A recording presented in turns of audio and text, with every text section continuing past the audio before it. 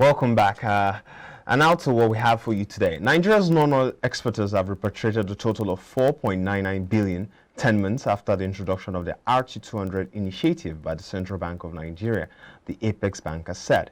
This is 56.43% higher than the 3.19 billion repatriated in 2021 before the policy. Godwin Emefiele, governor of the CBN, disclosed that out of 1.966 billion of the total sum qualified for the rebate program, but only about 1.559 billion were sold at the investors and exporters foreign exchange window. The central bank also paid about 81 billion naira in rebates to hardworking Nigerian exporters, he said. This is a testament to the resolve of the CBN to ensure quick acceleration of the export value chain in the country. What does this bode for the policy? We want to assess the policy, and to help us do that today, we're joined virtually by Mukhtar Mohammed. He's the CEO Finance with Mukhtar. Good morning, Mukhtar. Good morning, sir. Yes, pleasure being on your program this morning. Yes, it's a pleasure to always have you. To kick the ball rolling, for many that do not know what this RT200 policy exactly is, you as a finance analyst, what does this policy mean? Well, number one is a good policy for especially exporters in Nigeria so that they could also be able to earn FX into the economy. That was the whole idea, and then CBN will support them in a lot of things that were bottlenecks, like getting NAFTA registration, standard organization of Nigeria, pre-shipment conditions. So there were a lot of things that were administrative issues that CBN came in and created one platform for it for everybody. So that has helped them, and especially in the area of them assessing FX also, it helped them also. So that's what basically what this window was, to look at Nigerian businesses that can be export driven and see how the CBN can help them in the area of logistics and also in repatriating their funds back into the country.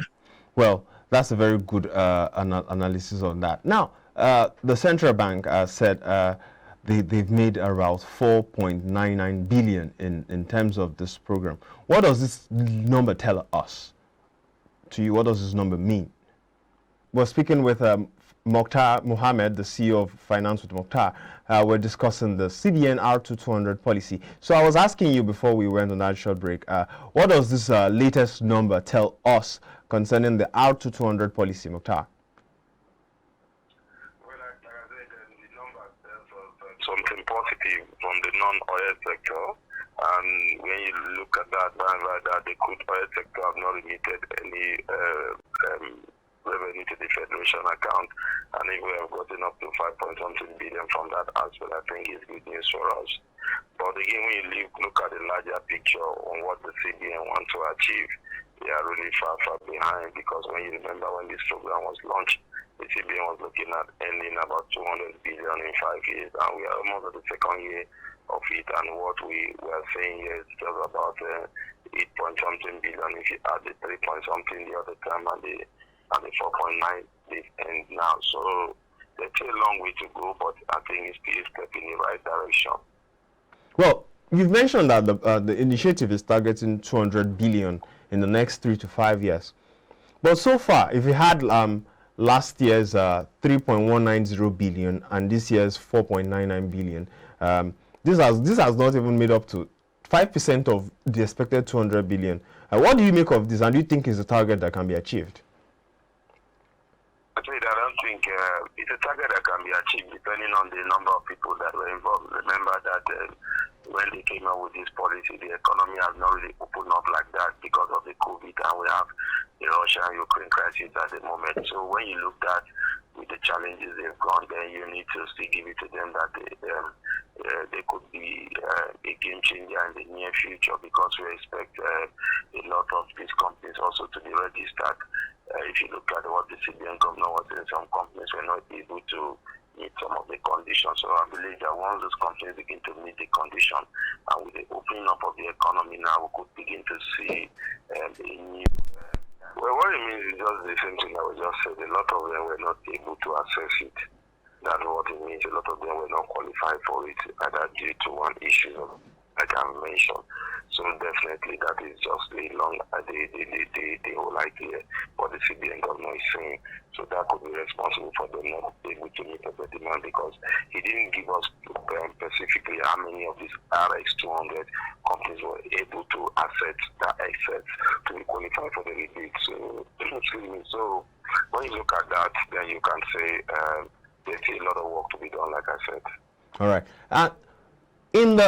Since it's a policy that is looking at the non-oil sector, and one thing that the last GDP figure told us that the non-oil sector contributed about 94% to the economy, as it grew by 4.27% in real term during the quarter in review. Although this was lower than 1.18% compared to the rate recorded in the same quarter last year, but it was 0.5% lower compared to the Q2 of this year. Looking at this non-oil sector now, what potential remain in this sector? There's a lot of potential, just like there's a lot of challenge. The potentials are there, and if you look at the potentials, yeah, I'd like for us to look at the potential. Then we also look at the challenge. The potentials are there because when you look at the innovative nature of Nigeria, the kind of product we are exporting, they are unique products that are even being used by Nigeria in the diaspora, and we are beginning to see other people of other races also embracing some of these products. So that's the potentiality in it, and there's a lot of remember that even some of our products are even used for other processes in the developed country of the world. So when you look at that, then you know that there's a lot of potentials in it. And again, when you look at the labor side of it, which is vulnerable, not as expensive as labor you get in most of the developed countries.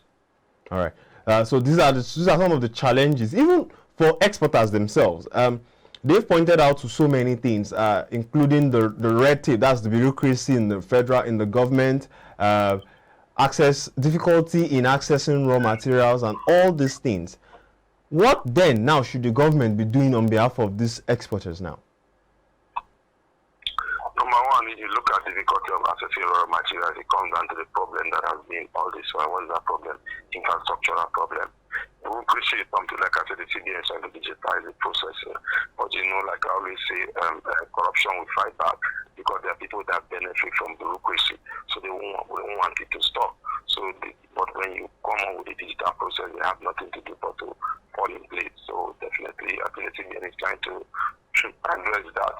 But the main challenge the exporters have to do with infrastructure, and it has not gone yet. So the CBN still have to do a lot in terms of infrastructure.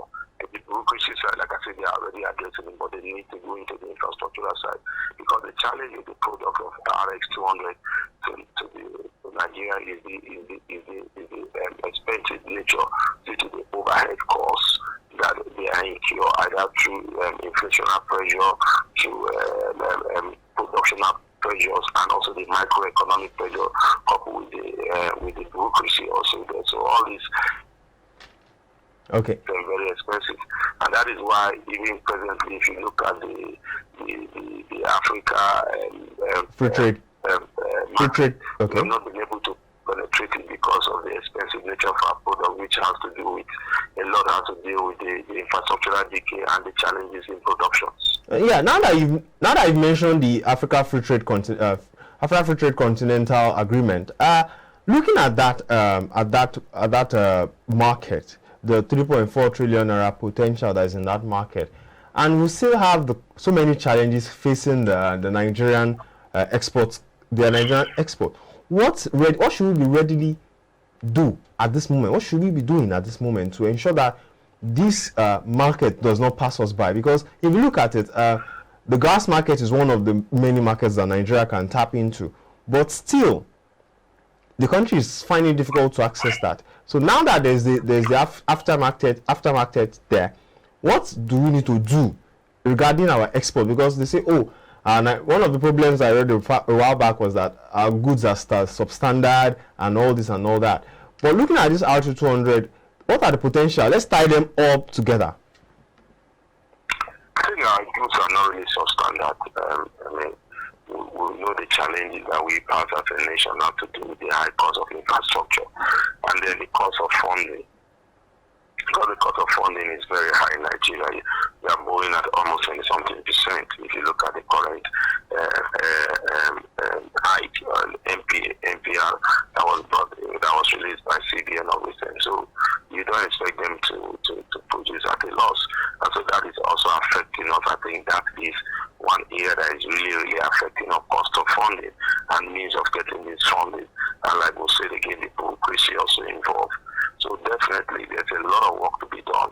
I think what the CBN, what we really need to bring down our product is CBN must try to help so that they get low interest with like what they are trying to do. But it could be lower to make it better and also begin to create those digital platform, digitalize all the process so that also some of these processes will be easier. Because when it comes to exporting a product, it's always time demanding. So if you don't export a particular product at a particular time, it also becomes range. But basically, I think the two major problems the Nigerian exporter face: one is cost of funding, and second, infrastructural decay. Okay, that's a very good one. But still on that, let's now go back to this RT200. It's majorly targeted at finished and semi-finished exports. And one thing Emefiele said yesterday at the meeting was that they are looking at opening it up for other non-oil sector. And one thing we've seen in at the recent GDP result is that transportation and ICT contributed immensely to the country's economy. But one thing that operators in this space have continued to lament is access to forex. What's the possible implication of this, and what's the way forward? The way forward is to CBN to create a platform for them and make it seamless. I've been saying this for a while because what makes most of these people patronize the way they change it because of the seamless nature.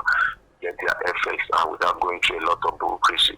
They have to kill it from them, they have to wait for a time, then the CBN sometimes these funds are not available. The banks are saying that they cannot provide it for them because CBN have not provided it to them also. So the CBN need to create a platform that will be seamless for the manufacturers to be able to access FX because that is generally why we have the challenge we have now.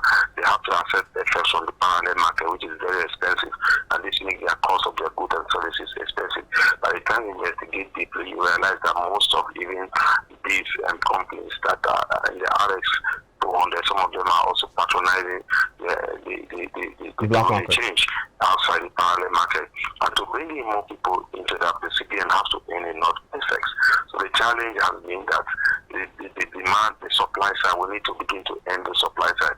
Unfortunately for us, it's only one main. Hello? The oil sector. Hello, can you hear me? Yes, sir, we're with you. Please continue. Okay. Unfortunately for us, it's only one sector that gives us that type of inflow, which is the oil sector. But presently, we are suffering deep in that space because what we gain in terms of crude oil sale, we lose in terms of importing refined petroleum products into the nation. So the CBN need to do a lot in that area to begin to attract effects from other sources of our economy. I was going to bring it up on this oil sector. Despite contributing just 5.66% to the GDP, the oil sector remains the highest contributor to every foreign earnings that we make as a country. And in the words of Emefiele yesterday, over the weekend, he said the official foreign exchange receipts from crude oil sales into our official reserves have dried up steadily from above 3.0 billion monthly in 2014 to an absolute $0 today. What are the implications of this? With regards to this current discussion that we're having, what does that mean for the FX market going forward? You don't need a soothsayer to tell you what the implications are. You already seen the implication is high cost of goods and services in pressures. They're already there. So definitely these are most of the challenges that will continue to go as long as we're not able to address this FX challenge.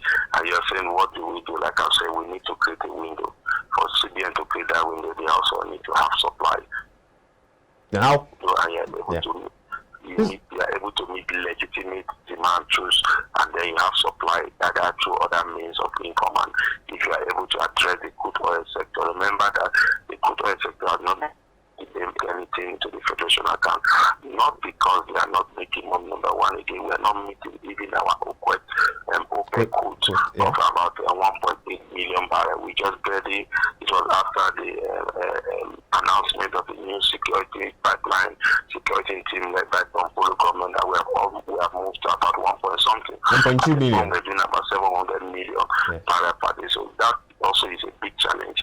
But luckily, we are beginning to address that. And once we are able to meet our legitimate demands from the OPEC, and then we are beginning to make more. And basically, I think the greatest challenge still remains our inability to be able to refine our product here, and that is eating into what should be an advantage to our foreign reserve. Now that you have mentioned this, now that I've mentioned it, yesterday the Minister of State for Petroleum, Timi Silva, said by Q3 of next year that the country will stop importing fuel. In regards to the possibility of that happening, what will this do for the country's foreign exchange? You need to ask him why he's saying that. It's just because they believe that Dangote refinery will come on stream before the end of the second quarter of next year. And that is basically, and it's going to be the largest refining petroleum company in the world. So I think that's what they are referring to. And if you look at what NNPC is telling us, NNPC also is saying that Port Harcourt refineries will also start production in the second quarter of next year. And you mustn't forget that even NNPC have bought into the Dangote refinery product. Also, they are also like shareholders there. So I think if that happens, then that will reduce the pressure that have on our FS. If you look at the time CBN used to give us data of how FX is distributed, you realize that 90% of our FX actually goes to the just importing crude oil refined petroleum product into the country. So that will reduce the pressure on that. So we'll be able to have a lot of savings in our foreign reserve, and that also will help us reduce, be able to help us tackle guide against external shock, like what we have seen with the COVID incident, the Russia and Ukraine crisis that gradually affected our exchange rate. Well, if you were able to plug the FX that we're losing at the oil market, one other thing that Emefiele mentioned at the launch of the program in February, he mentioned that the central bank will likely from next year stop the supply of forex to deposit money banks, as they will be required to develop initiatives to make them self-sufficient in meeting the needs of their customers. So what he's basically telling us is that they might even stop. Banks might have to start sourcing for their own FX. What does this mean for if this ever happens? It will be very good for the economy, and what it means that banks will create their own FX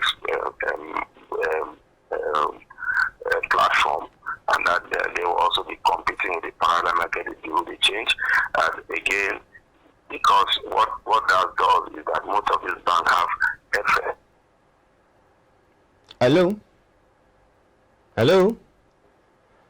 Well, we've lost Mukhtar. We'll go on a short break. When we come back, we'll put this segment to an end. Please stay tuned.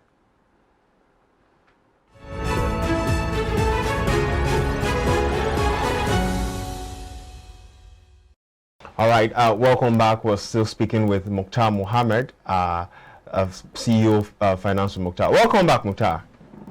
Thank you. Yes, you were laying a very interesting point regarding the banks taking their initiatives to source FX. So I'll let you land on that, and then we'll wrap up from there.